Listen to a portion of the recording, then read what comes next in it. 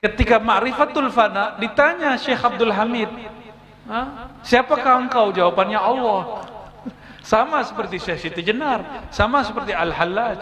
Cuma mereka mabuk di situ, tidak terus.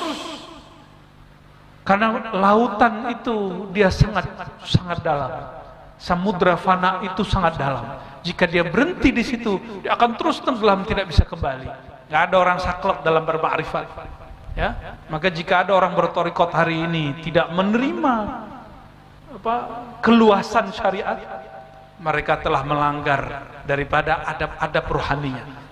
Pertama, ma'rifat Sayyidina Abu Bakar disebut Siddiqiyah. Ma'rifat Siddiqiyah itu ujung ma'rifatnya tidak ada huruf, tidak ada suara, tidak ada ibarat, tidak ada kalam. Ketika seorang hamba mengaku, ya Allah, semakin aku mengenal engkau, semakin merasa aku tidak mengenal siapa engkau. Itu sebabnya zikir Sayyidina Abu Bakar, zikirnya khafi, matanya dipejam, lidahnya dikunci ke langit-langit, lalu dia diam, hanya menyebut Allah, Allah. Bahkan lafaz Allah pun nanti tidak disebut lagi, cukup nafasnya naik turun, bawah, bukan berarti itu nama Allah. Meskipun demikian kita akan tetap dituduh orang sesat, tidak ada masalah. Yang penting kita sadar bahwa kita lurus, kita sadar bahwa imam kita siapa. Ini adalah multi level marketing yang sesungguhnya. Maka jangan ragu, memulai wakaf dengan diri kita sendiri dan ajak orang lain. Dan yang ketiga, di halaman ketiga disebut ma'rifatul fana, mengetahui ilmu mengenai fana. Fana itu artinya lenyap, karam. Bukan berarti hamba bersatu dengan Tuhan, itu mustahil. Allah qadim, hamba itu hadis baru, maka tidak ada penyatuan antara yang baru dengan yang qadim, Allah Ta'ala. Yang ada sang baru ini seperti kita merasa dirinya tiada, yang ada hanyalah Allah Ta'ala. Itu namanya ma'rifatul fana.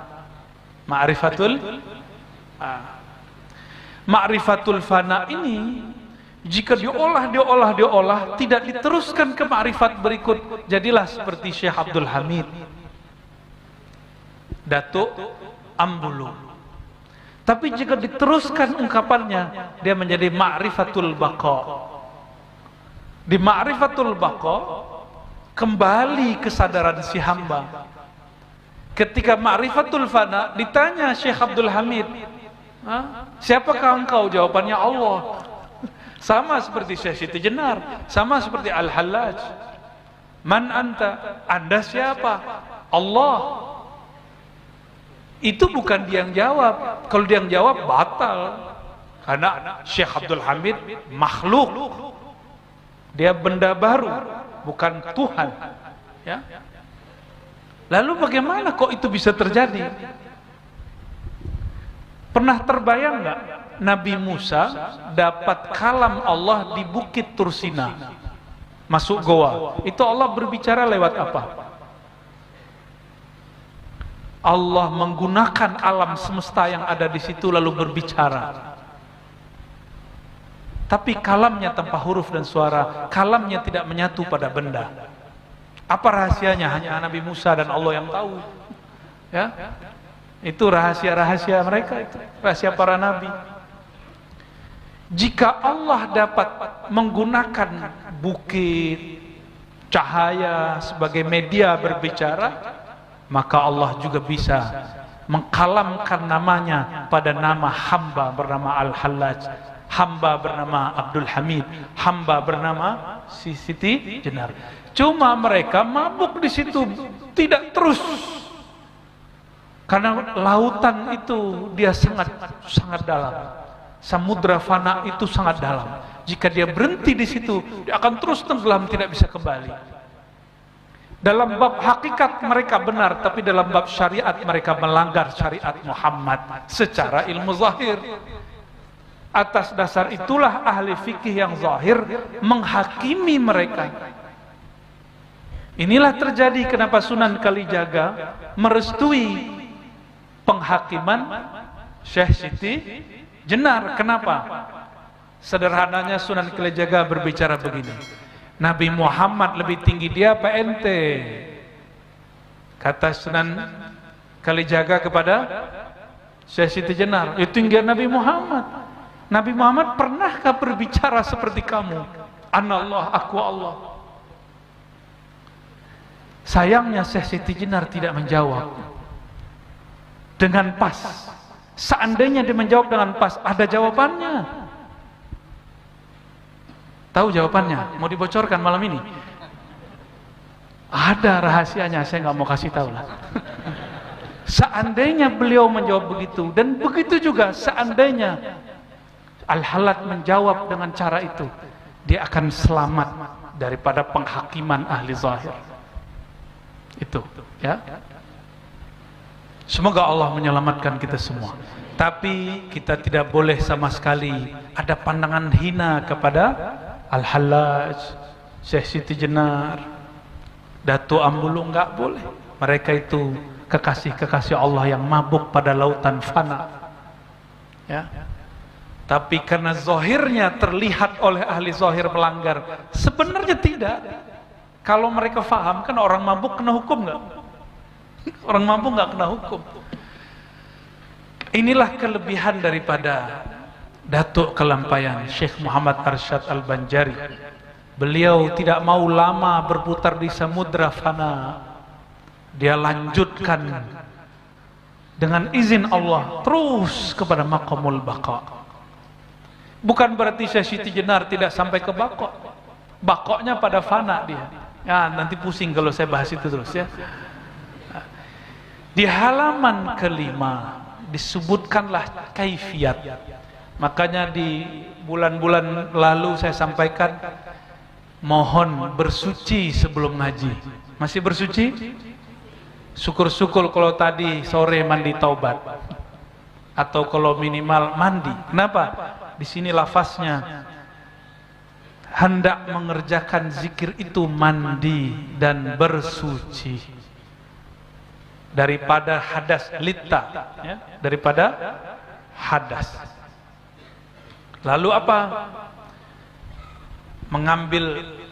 Mengucap istighfar. Nanti kita praktek ya di ujung insyaallah. Lalu mungkin tidak sempat sembahyang 2 rakaat, sembahyang hajat. Dulu saya disuruh begitu. Habis mandi kita istighfar, disuruh sholat hajat 2 rakaat. Ya. Nanti kita tebus dengan salawat dan subhanallah walhamdulillah wala ilaha illallah. Jadi thariqat itu tidak saklek. Yang saklek itu orang jahil. Orang alim tidak ada yang saklek. Jadi tidak bisa ini, nggak bisa ini. Ada pilihan-pilihannya. Nggak ada orang saklek dalam bermakrifat. Ya, maka jika ada orang berthariqat hari ini tidak menerima keluasan syariat, mereka telah melanggar daripada adab-adab rohaninya. Nah, ini yang paling penting pada bagian itu. Dan di situ semua disebutkan tentang la ilaha illallah. Sampai halaman 8 kemarin ya. Betul? Ya. Jadi jika orang dia membaca la ilaha illallah dengan benar, maka tajallilah nur jamalnya Allah. Nah, apabila rasa ini Allah beri, maka dia disebut dapat jazab. Jazab itu ditarik rasa oleh Allah. Rasa itu adalah karamah paling tinggi, ya. Dan itulah kasyaf yang paling kuat. Nah, di sini ada 2 aliran ma'rifat. Pertama, ma'rifat siddiqiyah. Yang kedua, ma'rifat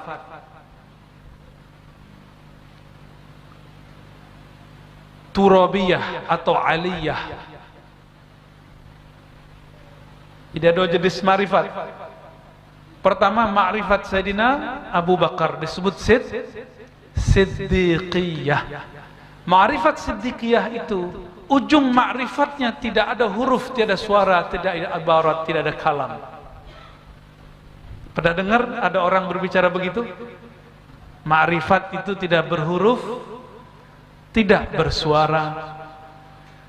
Ini namanya ma'rifat Abu Bakar As-Siddiq. Coba kita lihat ya kalimatnya di sini. Di halaman ke-9. Seperti kata Abu Bakar As-Siddiq radhiyallahu taala anhu, al-ajzu anil andarkil idraki idrakun. Al-ajzu, lemah. Al-ajzu artinya merasa lemah. Daripada apa? Daripada mendapatkan ma'rifat, pengetahuan. Idrak itu pengetahuan. Ma'rifat itu ilmunya, prosesnya namanya idrak.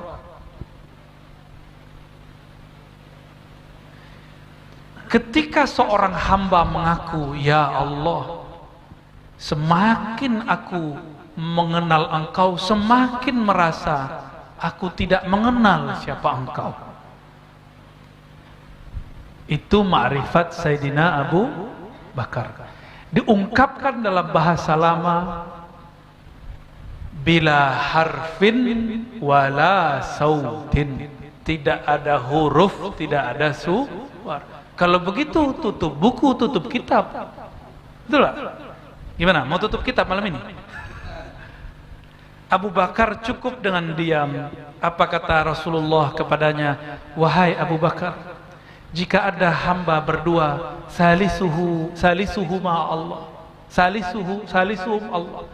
Jika ada orang berdua, maka ketiganya adalah Allah. Disebut dengan muraqabah.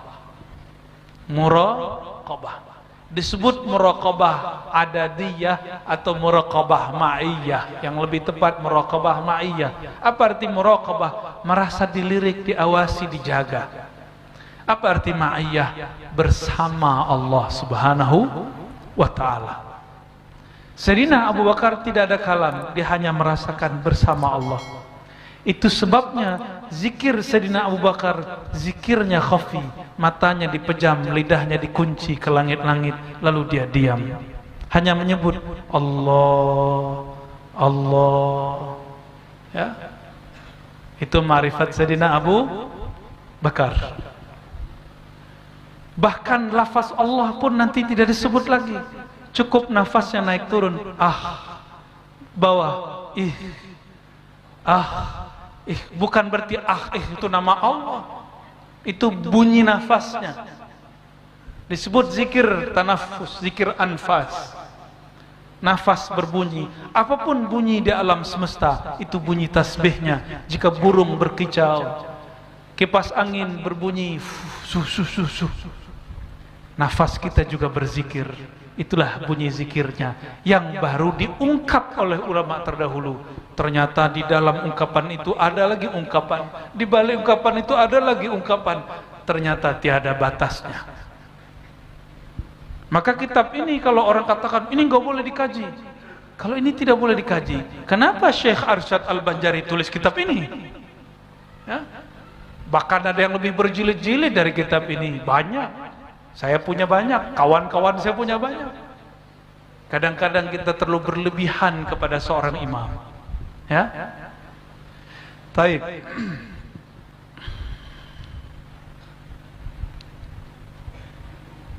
Ada yang kedua, ma'rifat Sayyidina Abu Bakar, Sayyidina Ali.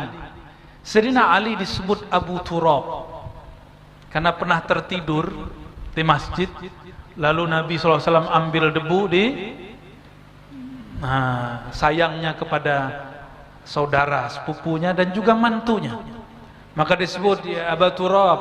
Turab itu artinya debu, bapak debu. Ya. Juga ada yang mengatakan bukan itu. Beliau tidak mau konfrontasi, bertengkar dengan istrinya. Lalu beliau mengalah. Keluar dari rumah, enggak tidur di kamar, tidurnya di masjid, beralaskan tanah. Disebutlah Abu turab. Kita kalah sama Sayyidina Ali ya. Sayyidina Ali nggak mau tekar sama bininya. Ya. Kenapa? Pada diri Sayyidatuna Fatimah ada sir Rasulullah sallallahu alaihi wasallam. Nabi mengatakan, dia bid'atum minni, Fatimah bagian dariku. Menyakitinya, menyakitiku. Nah, ini nggak boleh juga nih, ya. Bukan berarti istri kita kalaupun bukan zuriat Nabi, wah kamu kan bukan anak Nabi. Nggak begitu ya. Lihat cara mereka menghormati pasangannya. Kita minta ampun kepada Allah jika menyakiti pasangan-pasangan kita. Astaghfirullahalazim. Ya. Apa kata Sayyidina Ali? Kullu ma takhtur fi khayalik. Kullu, setiap yang takhtur, yang terlintas fi khayalik, di dalam khayalmu, imajinasimu, kecerdasanmu, wa tasawwur fi balik, wa tasawwur fi balik, dan semua apa yang tertasawurkan, tasawwuru ya, bukan tasawwur, fi balik, dalam balmu. Bal itu artinya akal, pikiran. Fallahu bi khilafi dzalik, Allah berbeda dengan semua yang engkau bayangkan, yang engkau gambarkan. Kenapa? Allah lebih dahulu ada dari semua akal, maka akal tidak akan sanggup membayangkan Allah. Inilah sebabnya haram membayang-bayangkan zat Allah. Boleh belajar ma'rifat zatullah, tapi haram tafakkur fi zatillah. Itu dua hal yang berbeda. Ma'rifat zatullah ujungnya laisa kamitsli syai', tiada yang serupa dengannya. Itu ma'rifat zatullah.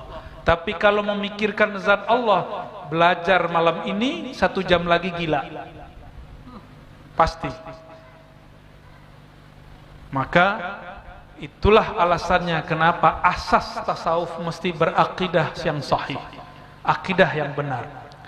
Meskipun demikian kita akan tetap dituduh orang sesat, tidak ada masalah. Yang penting kita sadar bahwa kita lurus. Kita sadar bahwa imam kita siapa. Ya.